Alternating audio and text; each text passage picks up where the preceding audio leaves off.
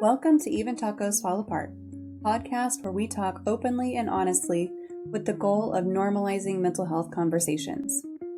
I'm MommaFoxFire, and I am genuinely glad you're here, whether this is your first episode or you've been listening to these conversations with me for a while. Pull up a chair, get a drink, get comfortable, and let's get into it. Before we do get into it, actually, I want to take a second to acknowledge that May is Mental Health Awareness Month, and this year's theme from Mental Health America is More Good Days Together. I actually love that framing because it's not asking you to be okay all the time, which we all know is not possible, or trying to set some impossible standard for wellness. It's just asking, what does a good day look like for you? And how do we help more people have more of those? Mental Health Awareness Week lands May 11th through the 17th, and if you want to get involved, NAMI and Mental Health America both have great resources at the ready for you. Share your story, check on somebody, wear the green, whatever feels right. Just keep talking. That's what we're here for. Also in May, the first full week is Maternal Mental Health Awareness Week, which runs through May 10th. If you are pregnant, postpartum, or you love someone who is, perinatal mental health conditions are among the most common complications of pregnancy, and they are still wildly underdiagnosed and underdiscussed. You are not a bad mother for struggling. You're a human being going through something enormous, and you deserve support. Okay, now let's talk about today's episode. Our topic is resilience, healing, and self-compassion. Resilience is one of those words that makes me inwardly cringe when I hear it, even still today, despite having had some fantastic conversations about it. Because in my own past, what it felt like sometimes, people were really saying, you've been through the hard stuff, so you should be fine by now. Keep going, you're strong. And to be honest, there were times in my life where being called strong or resilient felt a lot less like a compliment and a lot more like a reason for people not to check on me. Of course, I've learned that resilience is less about not falling apart and more about what happens after you do fall apart. It's the decision, sometimes made on the worst day of your life, to keep showing up anyway. Not perfectly, and definitely not without scars, but just still showing up to your own life. Healing has no finish line. No certificate, no moment where someone hands you a sign that says, fully healed, all done. It's ongoing and messy, and it looks different on different days, and it doesn't move in a straight line. Research consistently shows that trauma rewires the nervous system. It changes how we process threat, how we connect with other people, how we talk to ourselves, and the work of healing is really the work of learning to work with that. Self-compassion is probably the piece that trips people up the most, especially those of us with trauma histories, because we are often taught, explicitly or not, that being hard on ourselves was somehow keeping us in line. That if we let up even a little, everything would fall apart. And that is a lie your brain tells you to keep you small and keep you safe. Self-compassion is one of the most effective tools we have for getting through hard things. Studies show it's linked to lower anxiety, lower depression, and higher emotional resilience. It's less about letting yourself off the hook and more about refusing to beat yourself up while you're already down. My guest today is Malisa Hepner. She is a therapist, podcast host, and speaker who has walked through foster care, addiction, incarceration, and profound loss. And she is one of the most honest, no-fluff voices I've come across on these topics. She brings both clinical training and real lived experience to this conversation, including sharing something deeply personal that happened just weeks before we recorded. I have a lot of respect for her for that. This conversation is going to give you something real. Let's get into it. All right, looks good. Hello, everyone. Welcome to another Mental Health Monday here on Even Tacos Fall Apart.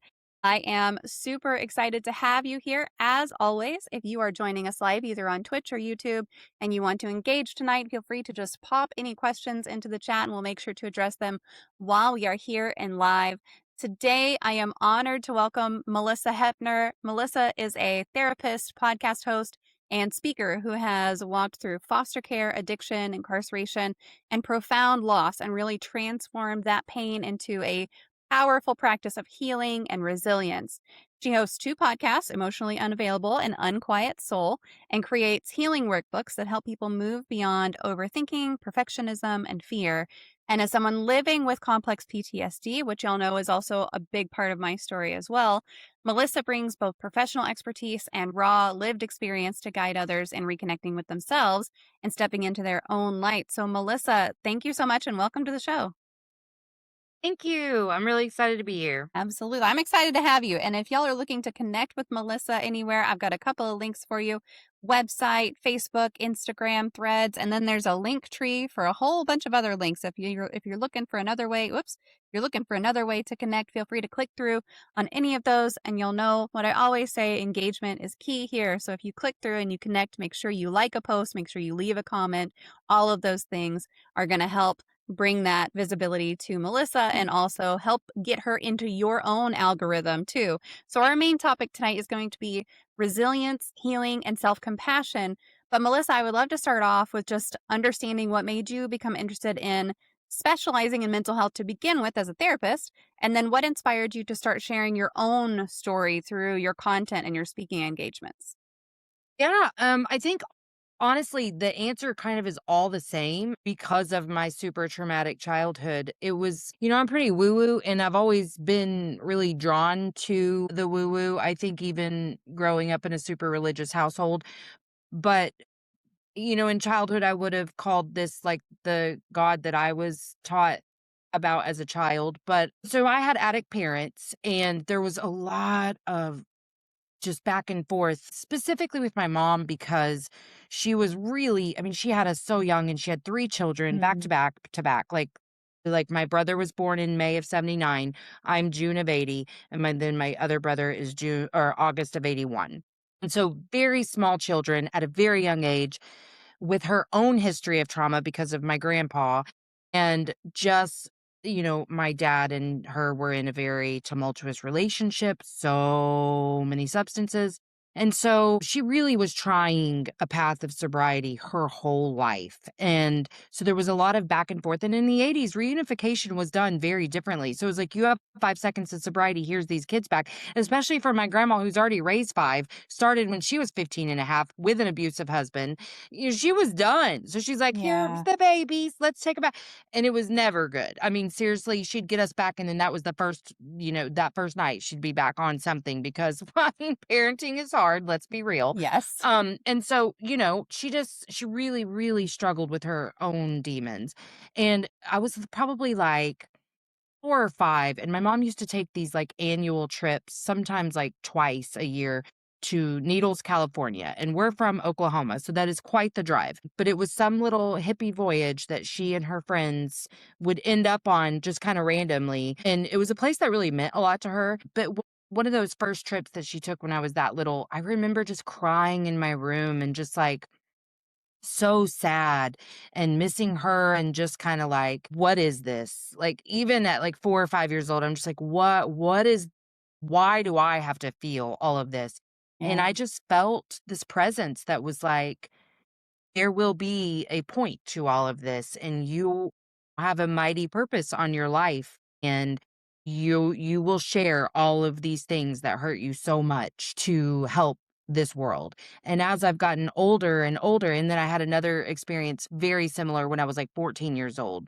And at that time it was like this thing that said, like, your parents are going to die and that's going to be a part of your story. And this was a year before my dad died of a drug overdose. Wow. So it was I used to hesitate to talk about that because I realize I sound crazy, but, like, that is the truth, that's my truth. Those are Yeah. downloads that I received twice in my childhood, and I just knew, and I think as I was developing an identity really wanted to be a victor in this life and to fulfill whatever this purpose had to be.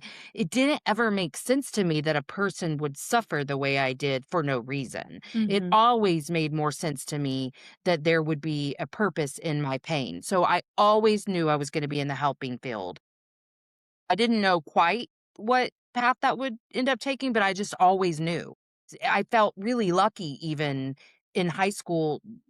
You're graduating and the people around me just were so kind of like lost and grasping at like, what is my path forward here? And I Right. see that a lot with 18-year-olds. Like when my oldest child was 18, he kind of just started feeling a path forward and he's 23 now. So I felt really lucky in that. But my mom died when I was almost 22 and pregnant with my oldest child, and that just kinda, like, solidified it. Like, I just knew I wanted to help people. I've never really worked in the addiction space, but I have certainly been surrounded by it in one form or another my whole life, and I always say, like, I've never been addicted to, like, substances like drugs or alcohol. I've certainly abused them in the past, but I kind of say, like, I'm an addict of life.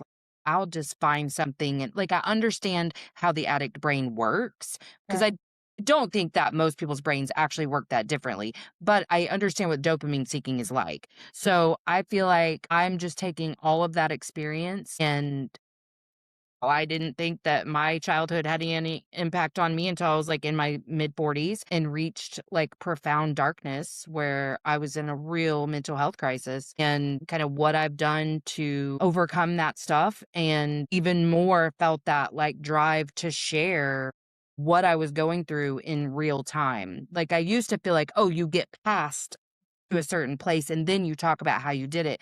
And then just more like intuitively over the last year and a half, it's been more like, no, no, no, no, no, in real time. We're going to show people what it's like to show up imperfectly and be 100% fine with it. Yeah. Showing up imperfectly and really being able to share what you're going through has a huge impact. And I think what you're saying about it, a lot of people don't realize how impactful it can really be to admit openly and say, like, I am going through some shit and I am not okay right now and I am struggling and Mhm. here's what I'm struggling with and here's what I'm doing about it. Like, just to see that human side of people, especially if you're already sharing some things Yeah. about your life, it's so powerful. It really is so powerful.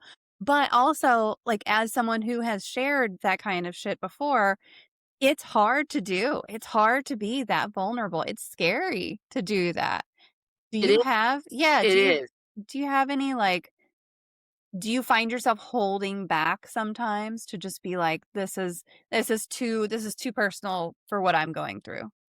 No, but I find myself wanting to every single time. Yeah. There's always that what used to register as, like, embarrassment, like, I'd be like, "Ooh, I'm embarrassed to say this." I just now understand is like, "No, you're afraid to be vulnerable." That's Yeah. been, like, such a huge key in everything. Like, I knew even before the pinnacle of my mental health crisis, because I tell this story a lot, but it was very impactful for me, but I'm a person who's kind of perpetually addicted to the internet, and so, like, I'll take a quiz. You put a quiz in front of me, Imma take it.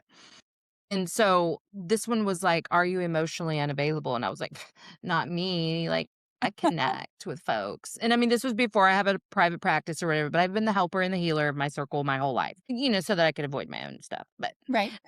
so I took the quiz and it said I was emotionally unavailable. And I said, "What?" And I texted another clinical friend of mine and I said, "Do you think I'm emotionally unavailable?" And she said, "Mhm, mhm, I do." I'm instantly pissed because I'm like, "What?" And I said, "Would you mind?" I was learning like just like how to like try to manage triggers. So I'm like, "Okay, get curious, I guess." And so I said, "Would you mind giving me an example because this is new information to me and so I would just love to know." I am so angry at this point though and defensive. Yeah. And she's like, "Well, for starters, the way you retell your trauma." She could not have said anything worse to me because I valued my comedy and like Mhm. comedic timing and the way I made huge joke out of everything I had ever experienced. Like those were the only way I really could connect with those stories was in such a disconnected way. Yeah. And I was so confused, like, literally baffled by this because I was like, okay, it's not that I don't believe you because, like, I trust and value this person's opinion. Mhm. But I'm like, but this is what the comedians do. So I don't understand how this is wrong. I had literally no idea what it meant to be vulnerable, nor did I understand how terrified I was of it.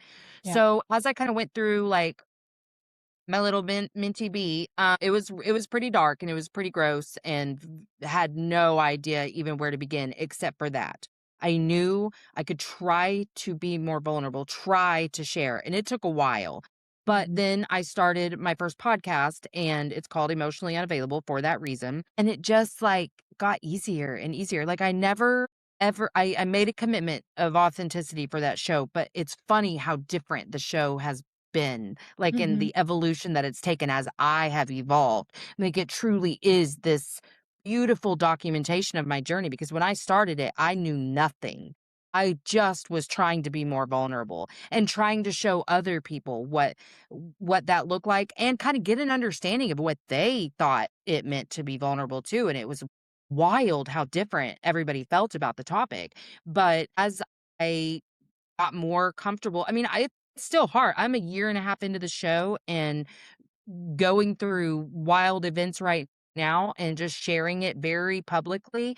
And it's never not uncomfortable. I Sure. always feel that, but I understand it so well now. I'm intimate with what the sensation feels like and what my brain is trying to do in those moments that I feel that discomfort, and I do it anyway.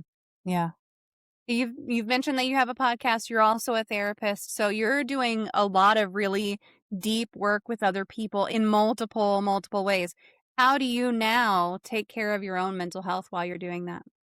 Probably the best way to answer that would say I only do things that light me up. If I'm working, it doesn't really happen, but if I'm working with someone that doesn't light me up, first of all, the universe kind of takes care of it for me. Yeah. Like it just, but that's like my center of all the work that I do is it's reciprocal.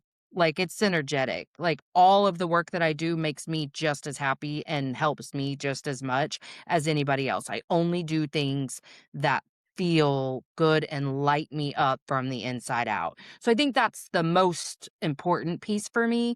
But then, just the normal what any therapist would say, boundaries and whatever. But I don't even have like all the typical boundaries because I love to connect with people. Mhm. So like my clients are allowed to text me little mini crises all week long and I don't care. They know that if I didn't have the capacity to respond, I won't and it's not Yeah. personal. And that doesn't happen a lot, but it does. Like if you text me on the weekend and I'm out with my family, I'm not going to text you back right away. But yeah, so I think really honestly just doing something that like I love so much because I feel so aligned when I'm having those conversations. They're just getting it and you just get to watch someone's consciousness expand in real time. I mean, that's my life force. So, as long as I'm kind of staying aligned within that, I don't really have to do a whole lot to take care of myself other than what any of us would need to do to take care of ourselves. Yeah, yeah. You've got a lot of protection just in that part of saying, "If it doesn't light me up, I'm not doing it. If it doesn't light me up, I'm not working with that person." That's a Mhm. huge amount of protection. And I know from personal experience, sometimes it's hard to say no to things that don't light you up. Sometimes it is. Yeah. And that's a struggle. I mean, I'm not gonna like act like I'm like, because I need money just as much as the next Yes. person. Yep. So I definitely have and do. But again, I feel like the universe has a way of just coming in and taking care of that stuff for me. Um, the people that I've worked with that maybe didn't light me up, I probably just do have firmer boundaries around Mhm. like your stuff is not something that I want you to text me about. Like, and they wouldn't know the difference because I Yeah. just wouldn't tell them. But, like, I don't know, the people that I've worked with, like, have been, like it's either short term because they got what they needed and left, or they're just, like, so in love with the process of just wanting to continue to expand that they're my little OG babies that, like, aren't going anywhere as long as like, I'm like, "You got me for life." Like, if you really wanna keep doing it, I'm here. I love talking to you. And then there's just some that are just, like, not committed to the process, which is why it's not lighting me up, and then they're not showing up anyway, so Yeah. Yep. That's fair.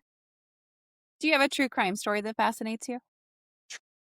I wanna be really honest. The reason I'm hesitating to answer is because over the last, like, year specifically, I've gotten so careful about not consuming true crime because I don't know if you're familiar with Bailey Sarian, but, she was my homegirl where I would watch her YouTube every day with the murder mystery and makeup. So Mhm. really anything she had to say, I was all about. I watched so much true crime that I was like, I really need to be careful about what I'm programming my subconscious with. Yeah. But I was really obsessed with two in particular, well, three really: Casey Anthony, Yes. Lacey Peterson, and Shanann Watts. Like those, any information. In fact, I have found myself sucked into new Shanann Watts stuff that I'm seeing on TikTok. I'm like, turn away, Melissa. You don't need this, but I can't. I'm like, why did you do this, Chris Watts? But yeah, so I don't know. I have always had what I find to be kind of a weird obsession with true crime in general, but probably because I was raised by my grandma who's over here, we're watching Lifetime, we're watching Unsolved Mysteries, like all that stuff. So there's not a true crime that like I haven't been pulled to at some point. I was also pretty obsessed with the Gabby Petito stuff. Oh, yeah. So yes, and I watched the documentary and I was just like, no. But those are my top ones. But I mean, I've pretty much seen them all. I'm not gonna lie. Yeah, I mean, it's one of those things. So I also there have been some times where I'll be watching a documentary. My 18-year-old is very into. Wait, is he 19 now? Did he just turn 19? Shit. My 19-year-old and I are both into true crime, but he gets really into. He'll just put on a documentary for background noise, and I'll walk through and I'll be like, Uh-huh. "Hold on, what did they just say?" And then we have to sit Yeah. down and watch the whole thing together. But it's very like, some of the things that he can just sit there and put on as background noise, I'm like, "I need a minute, I need a break." I used to But fall asleep to it every yes, night. yes, yes, yeah, yep. And I love, like, my favorite murder is probably my top true crime podcast. Like, it's just it's just wonderful to hear people talk about these things that happen and then talk about the why behind it. I think that's what gets Yes. me is like, I want to know the why behind the monster so I can Yes. figure out what's going on. And then Oh, well, I mean, also, it gives us that layer. That's exactly what drew me to yeah, it. Is I was like, if I can figure out who the bad guy is, I will yes, never be the victim. I really exactly, think that anyone with a exactly. history of trauma is so drawn to it because it makes us feel like, I mean, it's what our hypervigilant brains latch onto. Like, Yes, oh, you might be a serial killer because I know about serial killers. Yeah, yep, very absolutely. much, But like, very much. that's, I mean, 3 years old, I'm like, yeah, bad guy. Yeah, yeah. Now, you've been through so much foster care, addiction, incarceration. Can you take us back to a moment where you realized that you really had that choice between staying in all of that pain and beginning to transform it? Yeah. I don't know that I could pinpoint an age, but my Mhm. siblings in our early adolescence really started to make different choices than me. I mean, to be fair, I was the golden child of our system. And so I found very early on that if you're quiet and you do what you're told, you can become somewhat worthy of love and belonging, right? So, Mm. like, I was the people pleaser of my system. And it was an easier route. I mean, it wasn't easy, but it was a path of least resistance, I'll say. Right. Because we all know people pleasing gets you nowhere good. But my older brother started running away from home, abusing drugs like in middle school. And it was very scary and very painful. And I just knew that wasn't a path I wanted to take. And then my Mhm. younger brother started that stuff after our dad died. And again, it was like, I'm seeing the pain that you're causing our grandma, who in my eyes was our savior. So, like, between her five children and us three, I was kind of the golden child of all of Yeah. us. And so I kinda took pride in that role, but I just saw, like, I was never that person who had to learn the hard way. I feel really grateful for that because my brothers really were, but I would just watch them, like, make a mistake and then be like, "Ooh, that does not seem like something I wanna deal with." And so having this lived experience of watching every member of my family kinda do something that just was tragic to their life path, I knew I didn't want that lifestyle. I also was one of those kids who daydreamed of becoming a mom, and I knew I didn't wanna be what I was receiving.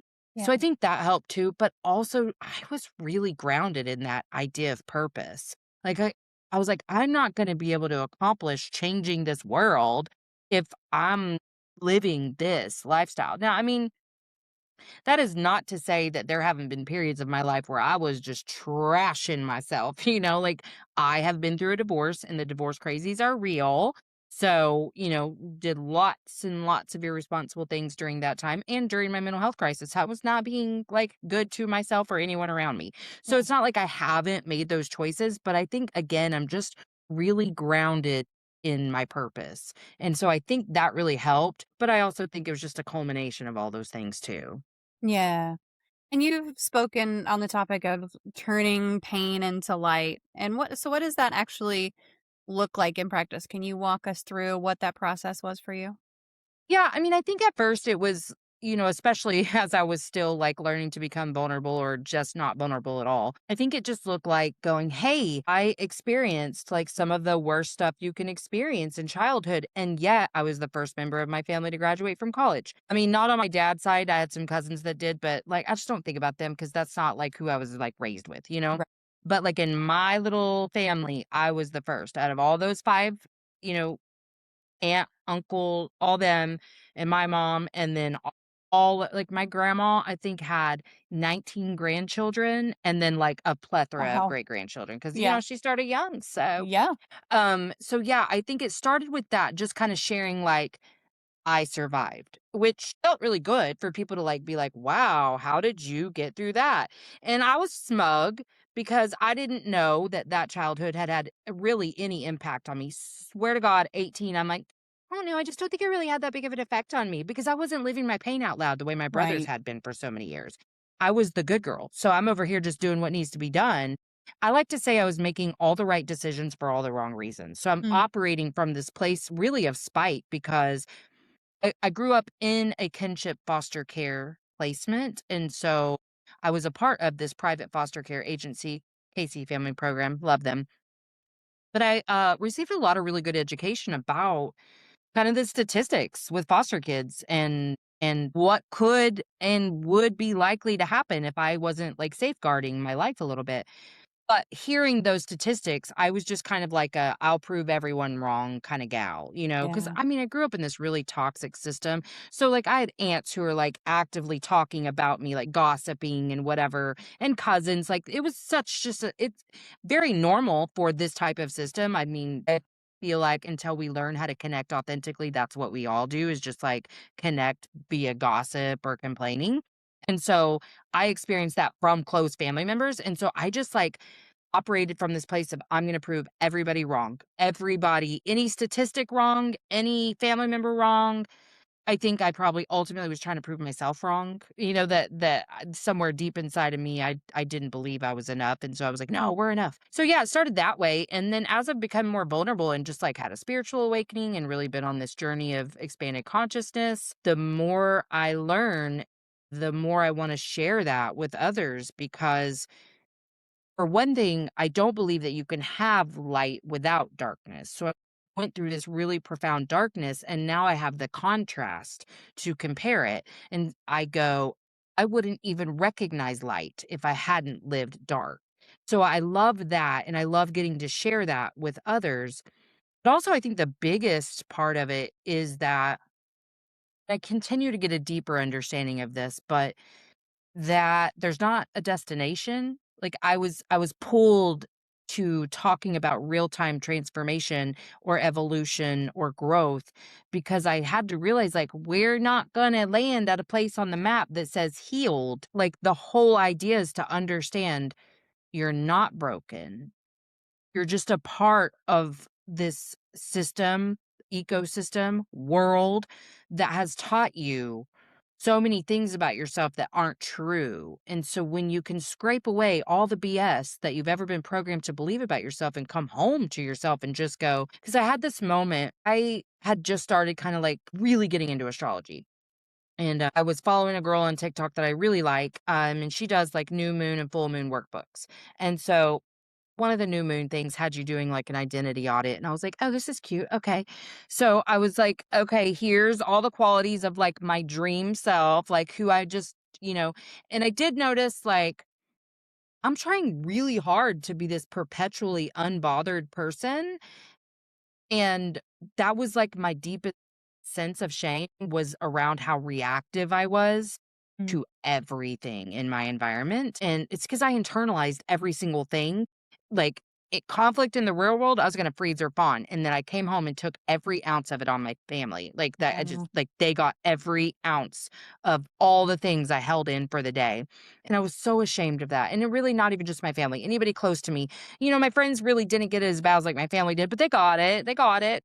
And it was just my deepest source of shame. And so I'm recognizing like, okay, I'm trying to be this really Zen Buddha monkey type gal, and yet, I've really just started learning how to hold this fire in me and to not like feel so burned by it and to advocate just as strongly as I ever had for anyone else, but for myself and to really stand in my own authority. And so I was like, I don't want to extinguish that, but why am I working so hard to be this? I really like my fire. And it just occurred to me like, I'm just hating this reactivity in myself. So if I yeah. remove that and I look at all these other characteristics of this little made up person I'm trying to become, I'm already those things. I'm those things and reactive. That's what I am. And can work on reactivity. I don't need to change every last thing about myself to get rid of reactivity. I'll tell you, I still had no idea how to. I mean, I still was not like very far along in the process or whatever, but I knew like instinctively, I was just like, whoa, whoa, whoa, whoa, whoa. And it was just that day, like it was a day in April that year. Like, I'll never forget, I was driving down the road and I was like, "Wait a second, I already am all that. Like, I'm great exactly how I am. I don't like that I'm reactive, and I can work on that, but I don't need to shed every last thing about myself. I need to shed all the things I've been believing about those things about myself." And that was really the beginning, and I started to realize, wait, I need to be sharing that. Like, I'm not perfect. And I wasn't pretending to be either. But I had still been on a little bit of a high horse. I mean, like, but I just recognized the strength in that authenticity and vulnerability and the ability to be like, yo, I actually have no idea what I'm doing, but I did just discover I'm probably not the worst person on this earth. And in fact, I've got to figure out how to believe quite the opposite. And so it's really just been this evolution of like learning to accept all of that stuff about me and just sharing how that lights me up and handing that off to others. You mentioned a couple of things. So you mentioned that there's no it's not the destiny. Like there's no you've arrived at healed, right? Like you're not gonna get there's not a Mhm. big sign whenever you get there. And Yeah. also, healing is just kind of one of those things that it's constant.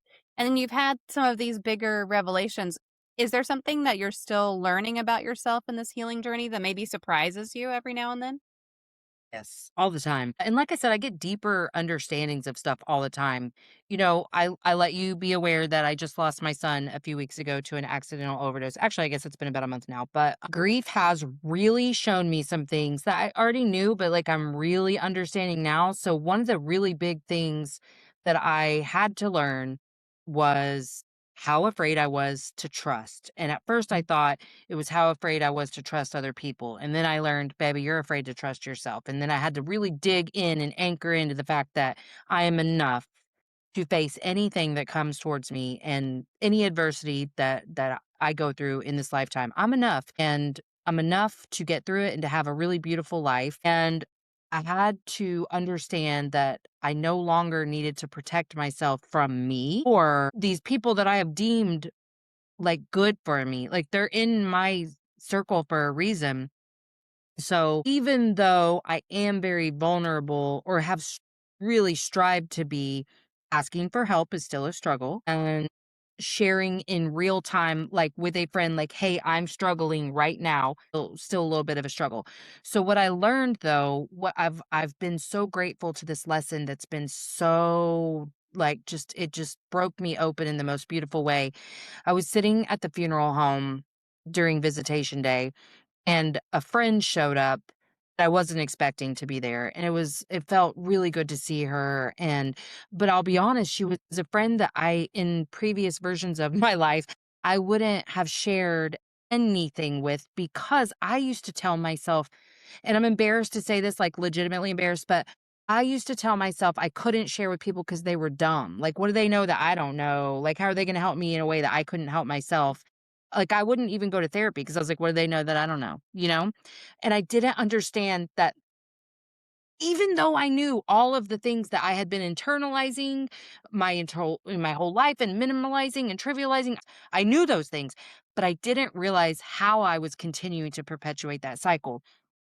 And since my son died, I've shared, you let me talk about it, I'm talking about it. I'm talking because I just recognize you have to get it out. Like, that's the only way that you can't, like, let your brain go crazy with stuff, is just talk, talk, talk, talk. So that's like all I do is talk. And I'm sitting there and I'm sharing with her, and it occurs to me in that moment, like, I don't know if you've had those ahas that just change who you are to a cellular level, like you can never go back to who you were before. But I'm sitting there and I was like, this was the lie that my brain was telling me to protect me, that I couldn't tell people my stuff because they were stupid and they weren't going to be able to help me, so that I didn't have to be vulnerable. Mhm. I didn't have to share and show people I'm weak, because that's what it felt like, that I couldn't show up in that way or people would hurt me. And they also wouldn't view me as an authority, which was really important to me, to be the smartest one in the room at all times, you know? And so it was such just an abundant feeling, and it just broke me open in the best way, because I was like, "Oh, I can share." And I had been in the days leading up to that, Yeah. but it shifted everything even then, because it was like, "Yes, keep sharing." That was just your brain. And I knew that in logic. Like, I have learned enough to know that is a thing that was present in my life. But it's been a slow growing process where I was on somebody else's show when they described to me some protective layers that I had starting from when my dad died. I hadn't seen it, that behavior, Yeah. as that. I had not. And I mean, I was really far along in this process. But again, I'm just like such a student of this life. I was so open to that, and it just shifted. And then I was like, okay, then I know I'm doing this in other ways, but I hadn't been able to pinpoint it yet. And just in that moment, just seeing like, okay, I'm constantly preaching to people that your brain is a freaking liar that will do anything to keep you safe. Like, all of the lies, it will make you feel like the most giant, horrible person just to get you to stay small and to shut up, because that's the only thing it knows to do to keep you alive. And so that has been huge for me, just realizing it is okay to just talk with zero expectation for their response. Whereas before, the lie that was being fed was, they're not saying the right thing because they don't care about me. They don't love me Mhm. the way I love them. They're not interested in showing up for me the way I need them to. And I just did not realize there wasn't a single thing that anybody could have done that I was going to approve of, because I just was agitated at the sharing. I was being seen and I was uncomfortable with that, and I didn't know what to do with it. So I just got mad and pushed everyone away. That's what I did my whole life. And so I knew through my other losses, because I lost my grandma 10 years ago too. Well, almost 11 now, but um, I knew I didn't handle any of those well, and that really went through some toxic cycles through those. And I just knew, with all the work that I've done, I didn't want to throw all of that away. And I'm also so, like, in love with the idea of my purpose and what I'm doing on this planet. And I didn't want to, like, just destroy my life because the worst that you can possibly imagine happens. And it sounds weird, I think, to some people, or at least I worry that it does, because I'm still human. And so, like, it's still weird for me to even share such intimate details with people. But I know I was taught really, like, toxic things about what grief should look like anyway, because my grandma was just like, "Oh, that's morbid," or "You don't do this," or called people weird. So I know that that's where some of my, like, hesitance to, like, not feel weird comes from. Yeah. But yeah, I think that's been the surprising thing is like, "Baby, you were still lying to yourself, and you don't have to do that anymore." Why, first of all, I am incredibly sorry for your loss. I appreciate you sharing that with us, and I cannot imagine what you are going through right now, a month ago, in the future, any of that. I mean, grief is one of those things that we've had entire episodes just on grief and loss, and it's such a huge topic of it doesn't look the same for everyone. Like one person can describe what they're going through, another person can have almost identical situation and they can experience it in two completely different ways. But, Mhm. just the realization that even if someone else isn't smarter than me, even if someone else doesn't have the degrees that I have, first of all, that doesn't mean that you can't talk to them and share with them because then you're creating that transactional. It's like it's just a transactional, what am I going to get out of this Yes. situation? Mhm. But then also like you don't have to learn from anybody. You could just share it cuz it helps you. And it sounds like that's really what you've kind of gotten to is sharing is what really helps you get things out there. But that shit is still hard to do. Yeah. Yeah, I mean, like, it's weird because people tend to only text me in these moments where I'm having a good time, where things are like I can do this so easily because it's spiritual for me. Like I can talk about things that light me up all day. So if someone were to text me as soon as we're done, I'm good. Like, it's, very rare that someone texts me in the moments where, like, I'm really losing it, you know? So, like, I'm learning to not just respond when people ask. The other night, I made myself text a friend and say, "I just need to vent. I'm really sorry if you're busy, but this thing just happened and I'm really upset about it, blah, blah, blah, blah." I mean, it was all related to my son, but it was, like, a first that we encountered, and I Yeah. was just really upset about it. And I was like, "Is this what sharing in real time looks like?" Like, because I will tell you this, I have not been able to pick up the phone and call somebody to be like, "I'm crying," like, I Yeah. haven't been but I have a really good little infrastructure at home. I have a 23-year-old who's grieving just as heavily as I am, and so I've made a commitment to be really open with my family because I also have an 11-year-old, and so I'm really trying to model how okay it is to be fine 1 minute, crying the next, and then back to baseline. Like, I'm really trying to model that, and so I'm making myself be very cryy in front of her if that's what I'm nothing inauthentic, I'm just showing up however I feel like I need to show up so that I can show her all the faces of this pain. And so I do have a really good infrastructure here. So I don't necessarily have to call people because my son is spending a lot of time at home and stuff. But there are times I kind of want to and I don't. So like I'm still learning and growing in that area. But I was proud of myself for texting. I said, okay, we texted somebody. Yeah, yeah. No, I mean that it sounds like you did what you needed to do in the moment. And even if you can't call someone at that moment, even if all you can do is just text them, like that's still reaching out for help and it still alerts your circle that you need a little extra support. And Yeah. maybe they aren't able to give you Yes. that support in that moment, but at least then you're on their mind and it gets you that support out in the universe a little bit more. Yes, absolutely. Yeah, I like that you framed it that way. Well, because I can really get caught in the should-haves. Sure. So I'm learning that baby steps are just as important and that Yes. I should never force myself to do something that I'm that uncomfortable with. So like it's okay that I did something to my comfort level. I did the thing I needed to do to my comfort level and that is just fine. It's enough.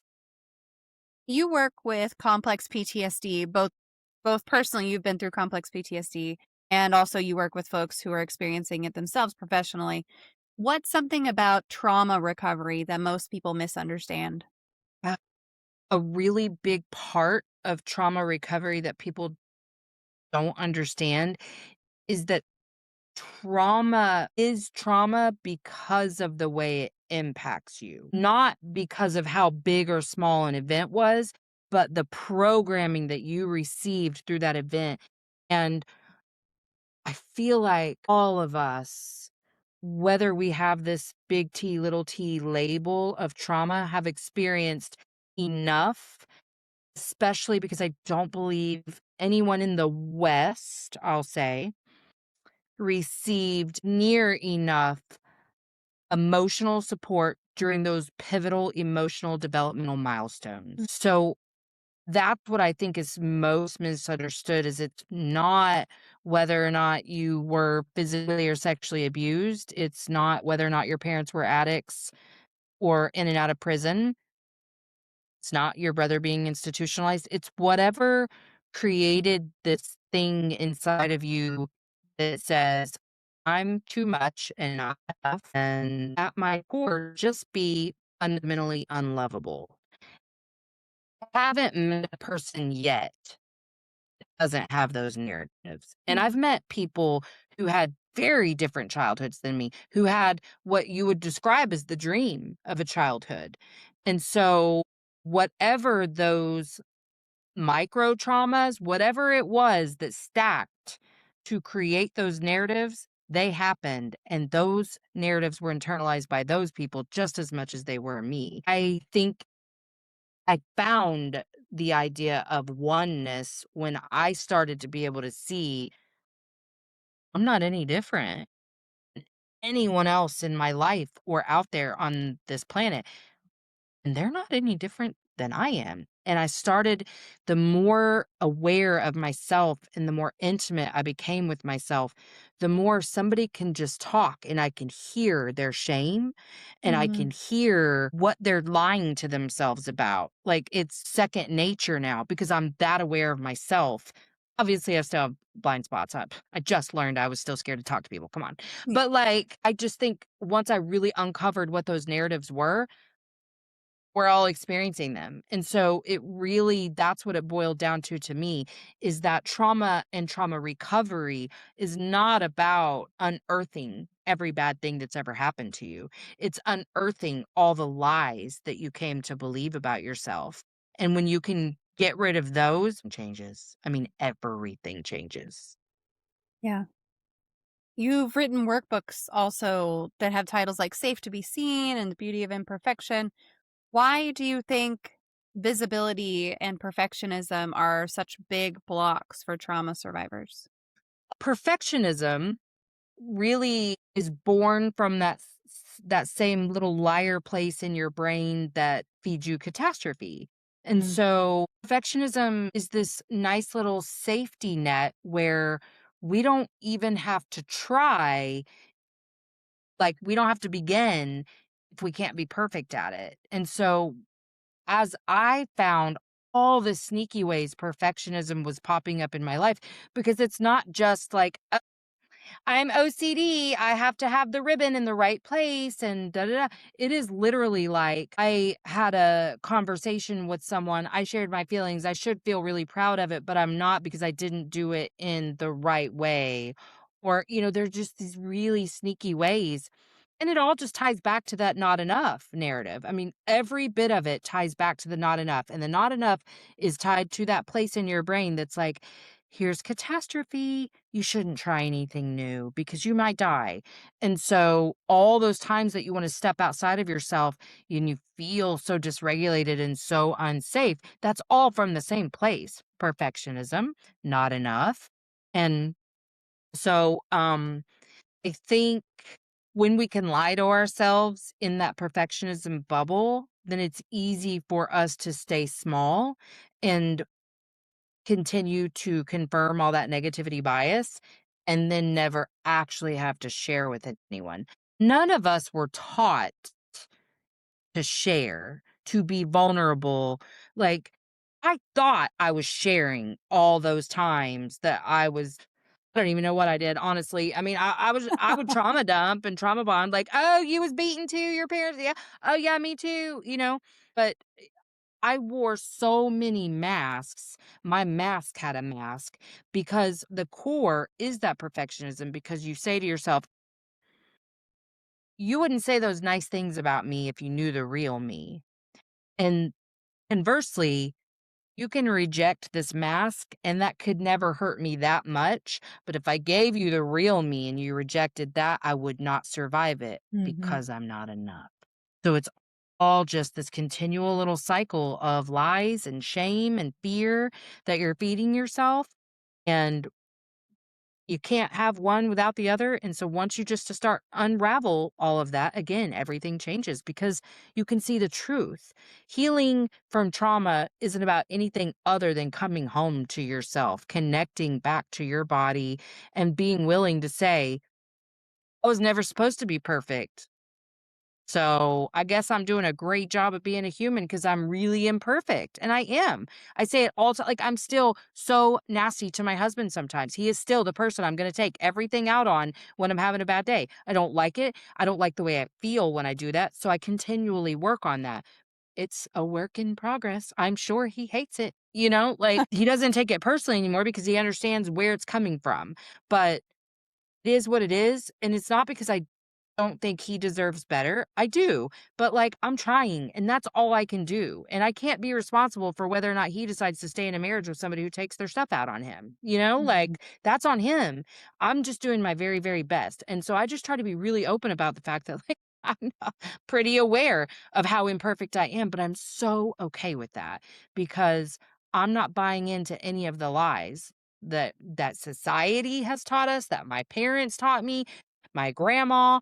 None of that. I'm just scraping away all the things that people told me to believe about myself, and I came home to who I really am, and I don't have to wear a mask. I can be seen because even if I'm rejected, I know that doesn't have anything to do with me. Yeah. People don't from somebody else's place. They act from their internal world. I'm so aware of that now. I'm a human. It hurts my feelings sometimes, but it doesn't Sure. destroy me. It doesn't destroy me at all. Yeah. Yeah, I mean, of course, it's gonna hurt your feelings a little bit. That's like you said, that's part of being human.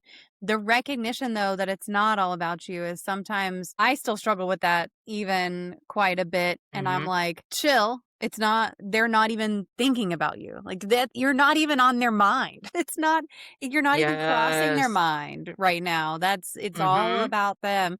I have had to do that quite a bit and just like check myself and go, okay, hold on.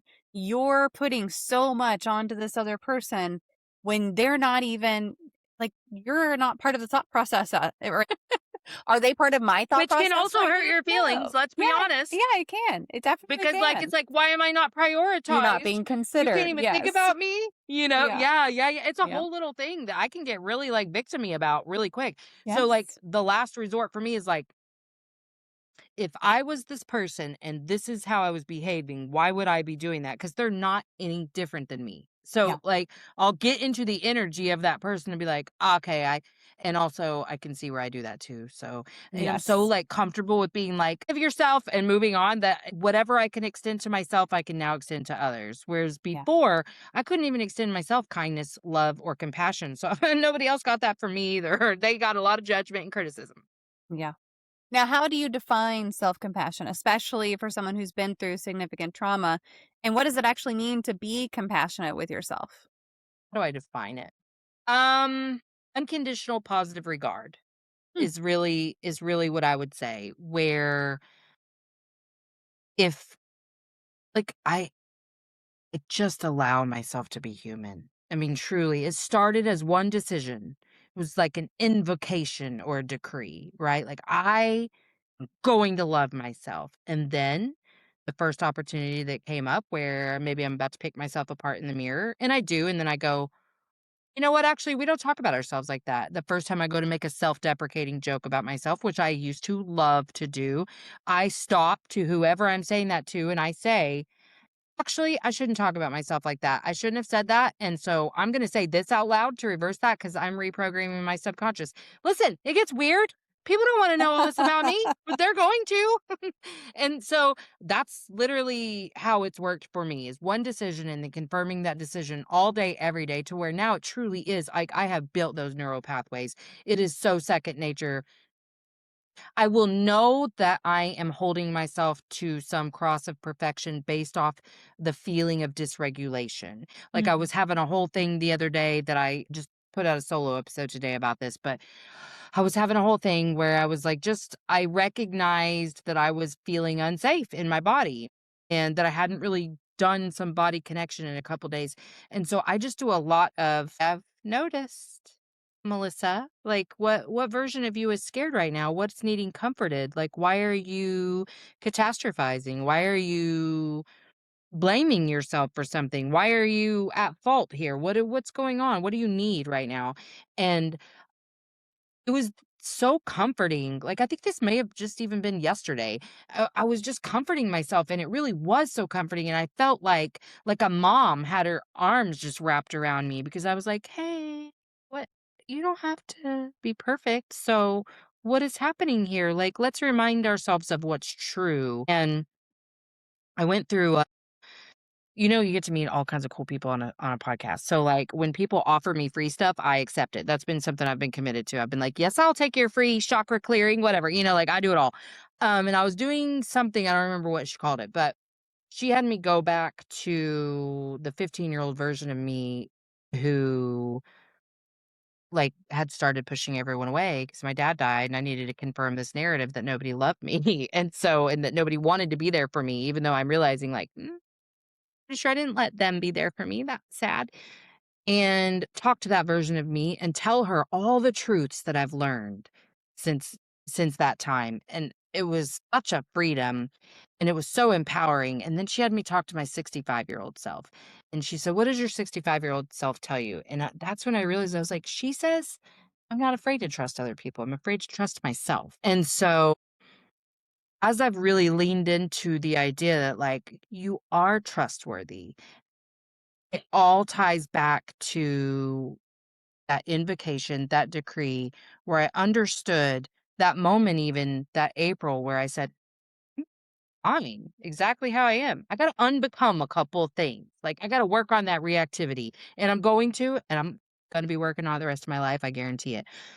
Like, I'm great. I know what my intentions are, and it was the first time in my life where I truly felt full of worth and full of value and true love, and I started to think, like, this is the only love that actually exists, is this love that you cultivate within, and then you share that with others, but this is why I have believed my whole life that I loved everyone more and differently than they loved me, and that was a huge source of contention in my marriage, and I was like, "Yo, I get it, like, you do love me. Like, I'm able to receive that now because I know this feeling, and I'm worthy of love, and I deserve love, and I never deserved all the things I was lying to myself about before.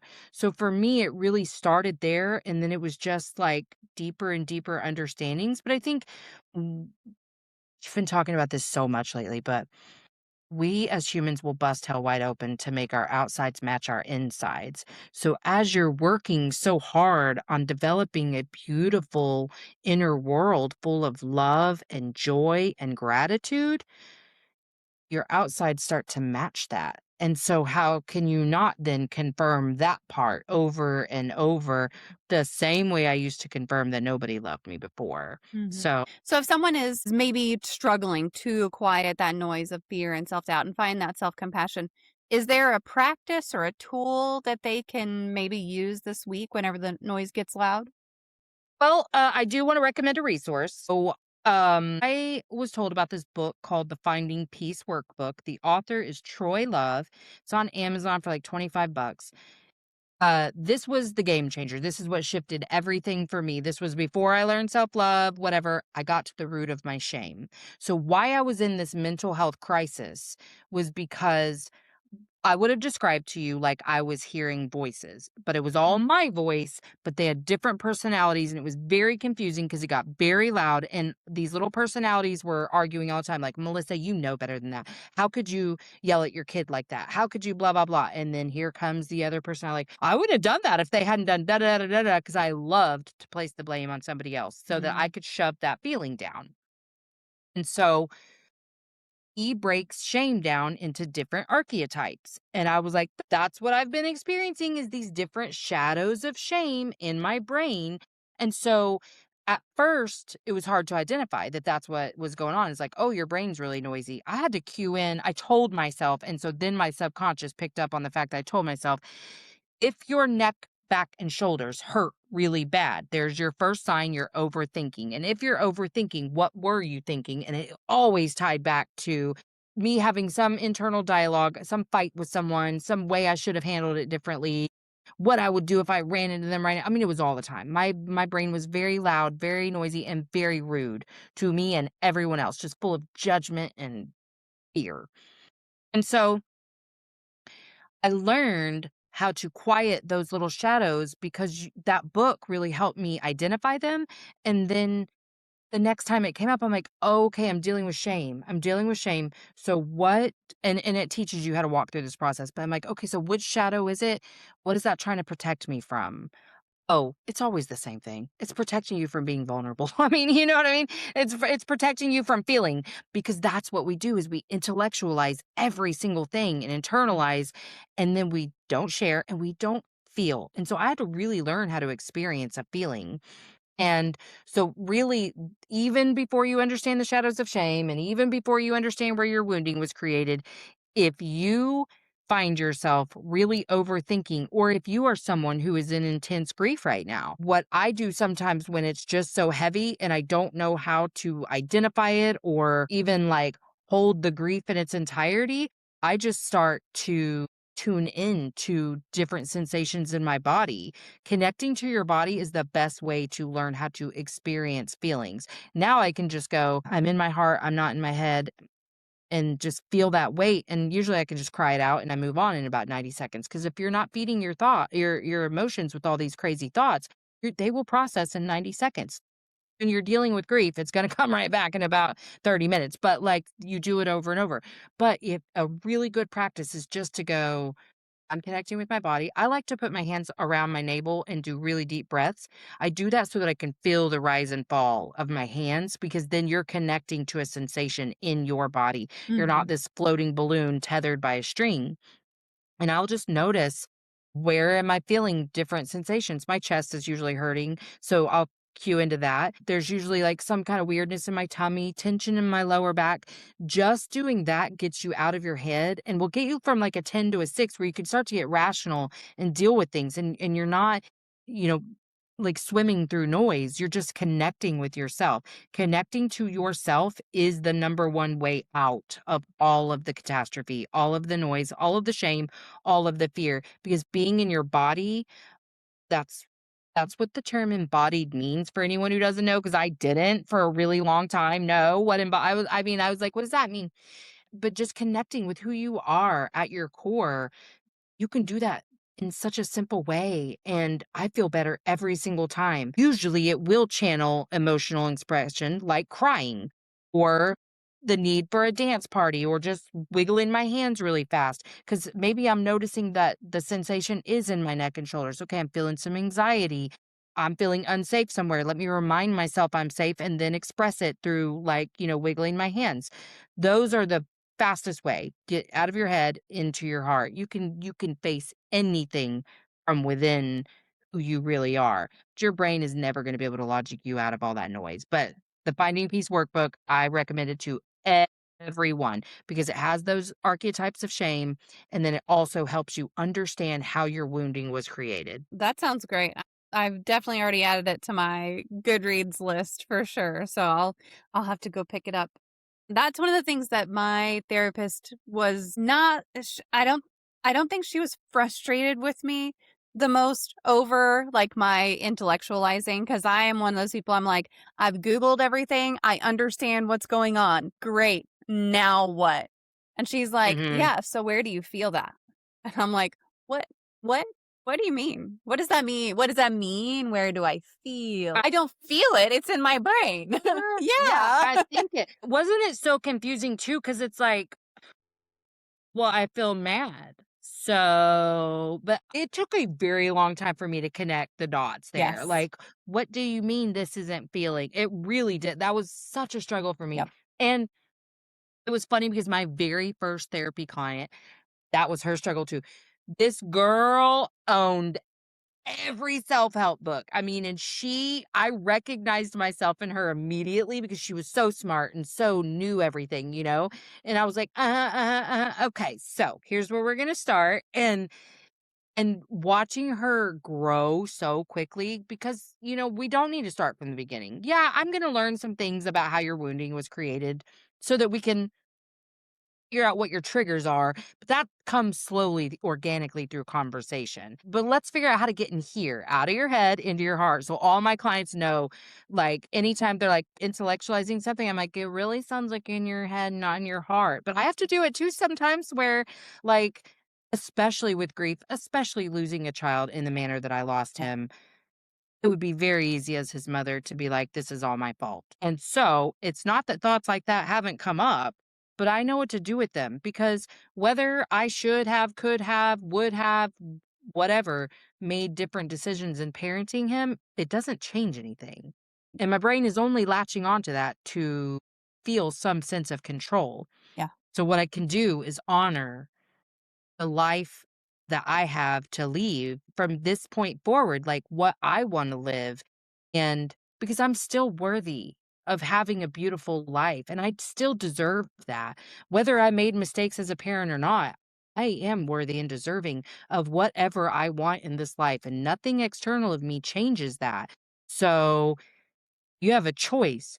Do I sit in all the regret and remorse? I mean, to be clear, I wasn't like that bad of a parent. I made all the normal parenting mistakes. But Every parent makes mistakes. There's not right, a perfect parent. right. And so, but like mom guilt, right? We're so bad Yep. about it. Oh, And yeah. so I could choose to bathe in that. I could, but I don't want to. I don't deserve that. I don't deserve that. And it doesn't serve me at all. So when that starts, because of course it starts, of course the noise can get loud for anybody, no matter how evolved you've become. I just know what the truth is. And so to honor that truth, I just get out of my head and I go to my body and I say, hey, there's some stuff you haven't addressed today, apparently, because you wouldn't be up here having that if you had expressed the emotion when I needed to. Because the thing is doing stuff like this, I love it so much. But when your nervous system is still dysregulated, because I mean, this just happened a month ago, I'm Yeah. still like processing and whatever. The fluctuations of things happens in a much quicker scales. Like homeostasis happens much quicker. What comes up is going to come down much faster than it would in a very regulated nervous system. Whereas before, if I had like, a solid 48 hours of just high, high, high, high, high, I'm going to have a low point in chemicals to Right. reach homeostasis again. Now it's happening, it cycles through very quickly. I just have to be aware of that. So when I have a really good morning, that evening is going to suck. And I have to know that. And I'm okay with it. And I just go, okay, there was some grief that needed to be addressed today that I've just been in a little too good of a mood about. And so now I'm going to look at that grief and I'm going to hold it. And it may be the entire evening. That may, I may have to do lots of different things to hold that grief, but I do it over and over and over. Yeah. And I know, we've talked a little bit about kind of the ability to rebuild and the ability to process and everything. And a lot of folks will coin that to the term resilience a little bit. And whenever people hear that word resilience, it's like, it's kind of a pressure to bounce back quickly. That's not necessarily what resilience is to me. It is part of it, I think. But Right. how do you think about resilience differently? You know, it used to be one of those false pride masky type words for me. When Mhm. people would call me that, it'd trigger that. If you knew me, you wouldn't say that. But I thought it meant letting things roll off your back, that you're just so strong. And then I grew to resent the word strong and Well, resilient. I hated it because I was like, it just felt like in my mental health crisis that people were just like, instead of throwing me a life raft, watching me drown and be like, "You're doing great, sweetie." And so it was like, no, like there was a very active choice somewhere in healing where I said, I don't want to be strong. I actually want to be soft. I want to be mhm, cared for. I want to be nurtured. I just want someone to hold me. And then as I realized, like, you should want those things. It's normal to want those things. That doesn't make you weak to need or crave those things. I realized the way that resilience has transformed for me is the ability to be okay showing up authentically, whoever you are, and to endure whatever it is that you endure and still find love and joy and beauty and meaning in a world where it would be so easy to feel like none of those things exist. So to experience, I think anybody living in today's climate is resilient because it is very difficult to see the events of the world and feel like there's a point to any of this. But if you can ground into what you feel is your truth for this lifetime, mine is purpose and whatever, but I truly feel like the human experience is to find that love, that unconditional positive regard for yourself and that abundance of joy. And I think gratitude is wrapped in that, not gratitude necessarily for the bad things, even though I think that is a part of healing is getting to a place where you go, man, I can be grateful for that dark because it gave me the light. But even if you don't, like that's okay too. But like I just had a whole conversation about this today about how grateful I've been to myself this past month for putting the work in this last year and a half. Because if I hadn't, this would have already destroyed me. And Yeah. I would have been the root of destroying what's left of my family. So I think resilience really is anchoring in to what your meaning is, regardless, because you know that no matter what happens, nothing external of you changes your worth and value as a human. Yeah, looking at resilience as an anchor, I think, is a really interesting way to me to look at it, to view it, because I was the same. I got really resentful whenever people would say, like, oh, you're so resilient. And I'm like, I don't Mhm. want to be. I'm tired of it. I don't want to be anymore. Yeah, And I don't wanna be God's strongest yeah, soldier or whatever it is right. they say. Mm-mm, I can't handle it anymore. I'm sick of it. Quit throwing me things where I have to be strong. Uh-huh, Quit. uh-huh. Just I was quit. like, "Yeah, okay, so what happens if I don't wanna be though? Yeah, So right. what's that like?" Because I Yes. actually had a friend one time say, like, "Oh, I haven't experienced that kinda loss, like, from my parents, because God knows I couldn't handle that." And so and I was like, I don't want to handle it. Yeah, I was like, "Oh, okay, well, Quit making me. neither can I. So what do we do about it then? Yeah, What are we supposed yeah. to do? How do you give up?" Because like, I'm Mhm. really thinking that's starting to sound good. Yeah, yes. You mentioned humor at the very beginning of this and that you kind of turned you used to, like, really lean on dark humor. Do you still bring humor into your work, and how do you find that that fits into healing from trauma? Yeah, I mean, I'm funny, so, yeah, I still use that. I just don't make jokes that are to my detriment or anyone else's. Yeah. But, I mean, dark humor, I think, is fine. I think there's a place for it. But, yeah, I just think as long as nobody else is the butt of my joke and I'm not the butt of my joke, then it's fine. I mean, there is a time and a place for all things. And so, yeah, I still use humor a lot. And I think it helps people to relate to me and to connect with me. And I think it's just a part of humanity too to just find fun in anything you're doing. And so, yeah, I think fun itself is really important to me. And I think being funny and humor is a part of that. Yeah. It can be hard whenever you're going through something difficult to even be like, have the ability to laugh.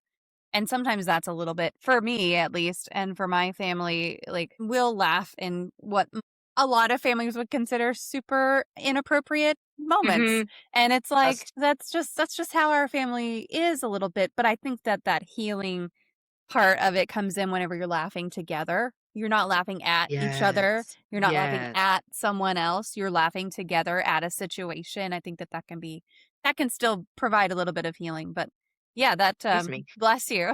That yeah, the dark humor is fine. I think the self-deprecating humor and the humor at other Yeah. people's expense. You're right. That's a little bit different. Well, and if all of the retelling of your trauma is done in this way that doesn't connect you, because that's the thing is I may as well have been talking about somebody else. I didn't Yeah. connect to those experiences.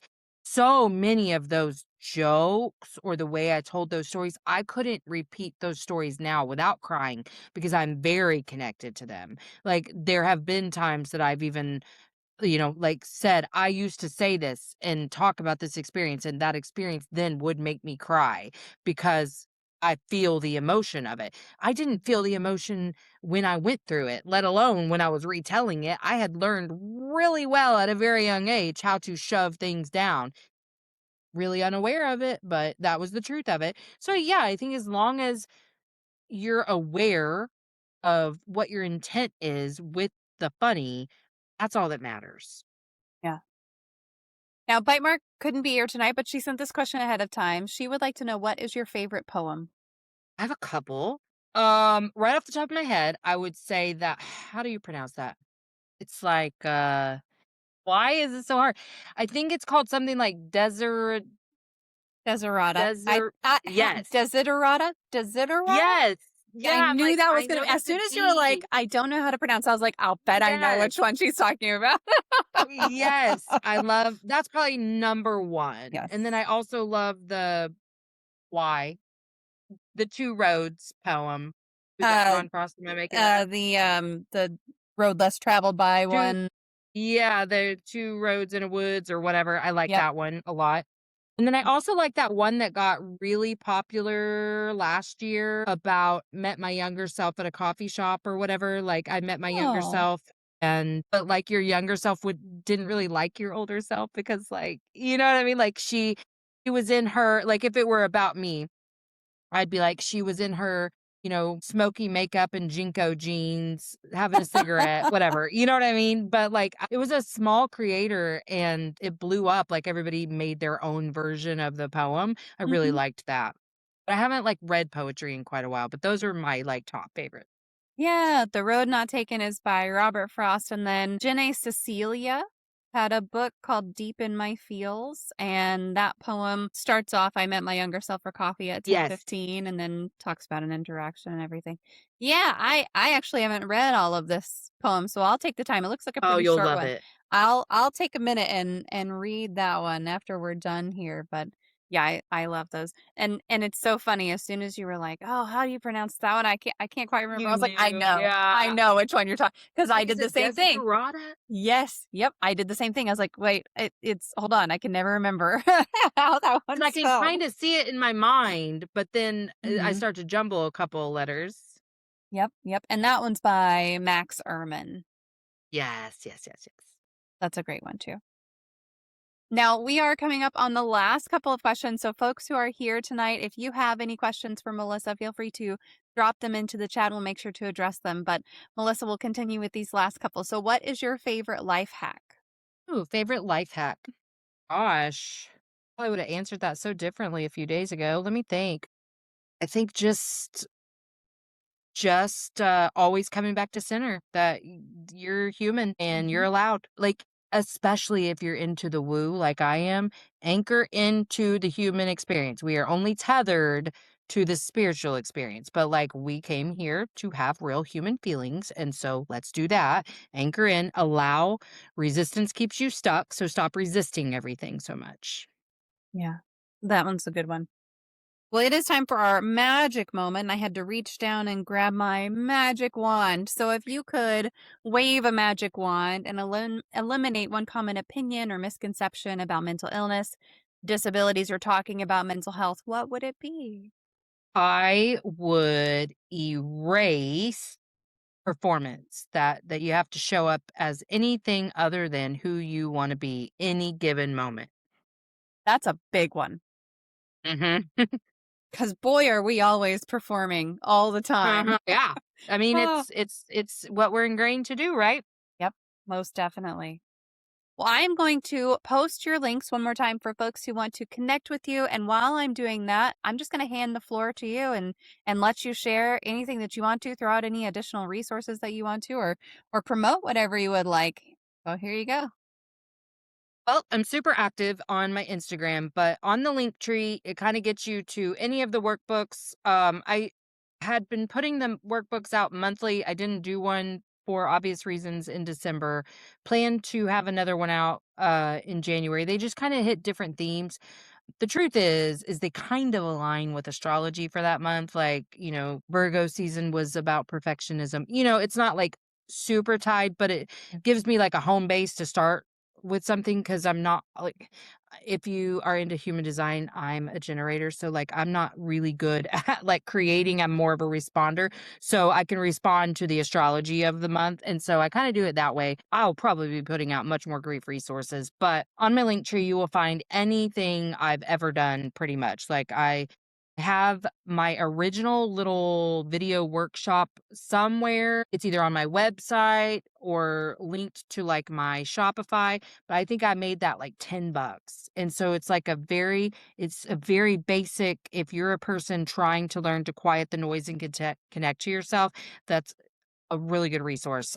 Um my website's on there. My show is probably the thing that means the very most to me. And so the links, like I have Spotify, Apple, and YouTube links on there for Emotionally Unavailable. I just started Unquiet Soul. Tomorrow releases episode 13. I didn't release a couple after Jake died, but we're back on track with those. But that's me and a co host that I met from my other show.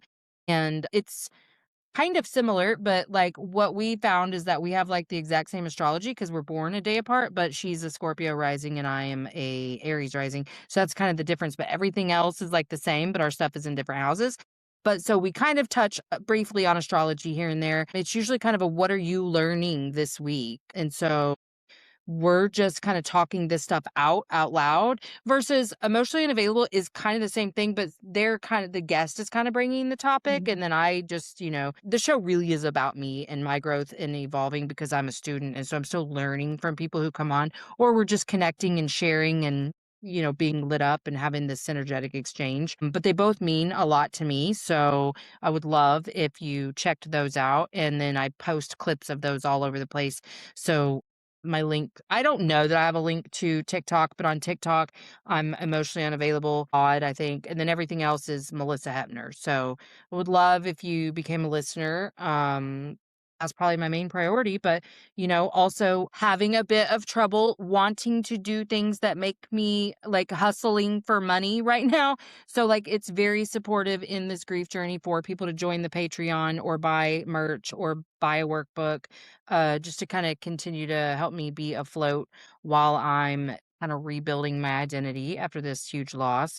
So throw that out there too. But yeah, all those links are at my link tree. Yeah. Well, thank you so much for joining us. Thank you for this conversation. And I just really appreciate you taking the time and being here on a Monday evening. I'm always honored when people join me, and I'm doubly honored that you have taken the time in one of the hardest times of your life to come in here and share with us. I really, really deeply appreciate that. Well, thank you. I've had such a good time with you. Oh, that's awesome to hear all the time. Well, folks who are here, I will disconnect with Malisa offline. Stick around. I will be right back. I'm going to give you guys a puzzle to work on. But again, thank you for being here. Melissa, thank you guys, everybody who's here as part of Even Tacos Fall Apart community. Thank you for being here. Thank you for showing up. Thank you for being who you are. And I will be right back. Don't go anywhere. And that is a wrap on today's conversation with Malisa Hepner. And man, I could have kept talking to her for another 2 hours. There was so much in that conversation that I'm still turning over in my head, and I think that's a sign of a really good talk. The part that hit me hardest was when Malisa talked about resilience, how she used to resent that word because it felt like people watching her drown and telling her she was doing great. I have felt that. I know a lot of you have felt that. There's this cultural pressure to bounce back fast, to be grateful for your hard times, to turn your pain into something inspiring on a timeline that works for everyone else. And Malisa just kind of blew that up and said, no. Resilience is about anchoring your own worth no matter what is coming at you. Nothing external changes that. That reframe alone is worth replaying this episode for. I also really appreciated her honesty about vulnerability, because it wasn't some polished, and then I learned to open up and everything got better kind of story.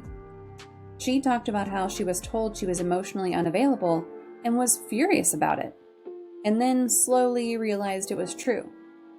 How she had been retelling her trauma like it happened to someone else, using humor as a shield and calling it processing.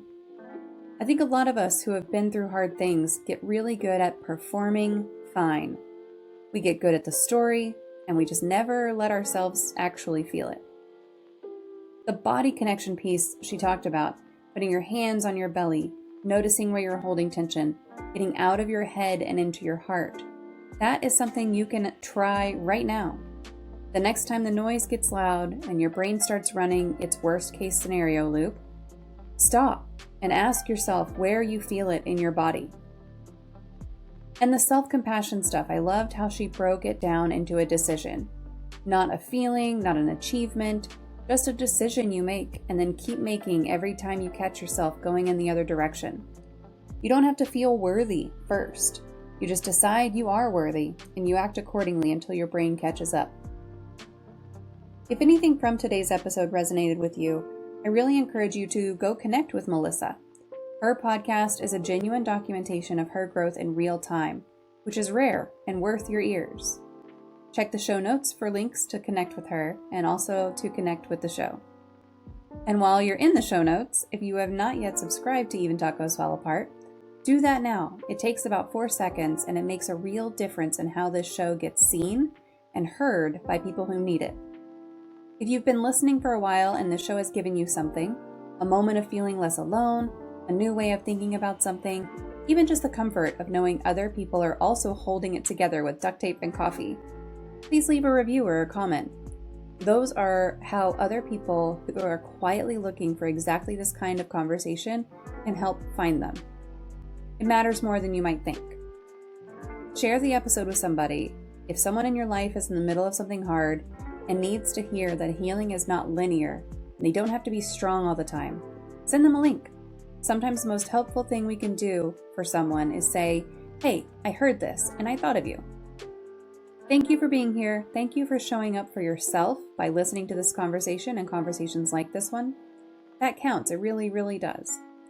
And remember, even tacos fall apart. The good stuff spills out, and that is still worth eating. We'll see you next time.